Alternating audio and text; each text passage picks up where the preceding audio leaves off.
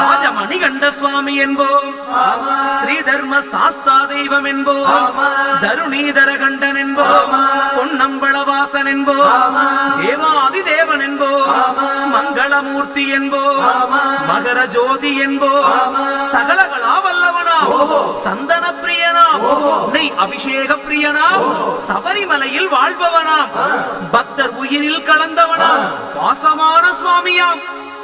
அப்படிப்பட்ட சுவாமி ரொம்ப சிறுசையா, ஆனா சக்தி மட்டும் பெருசையா.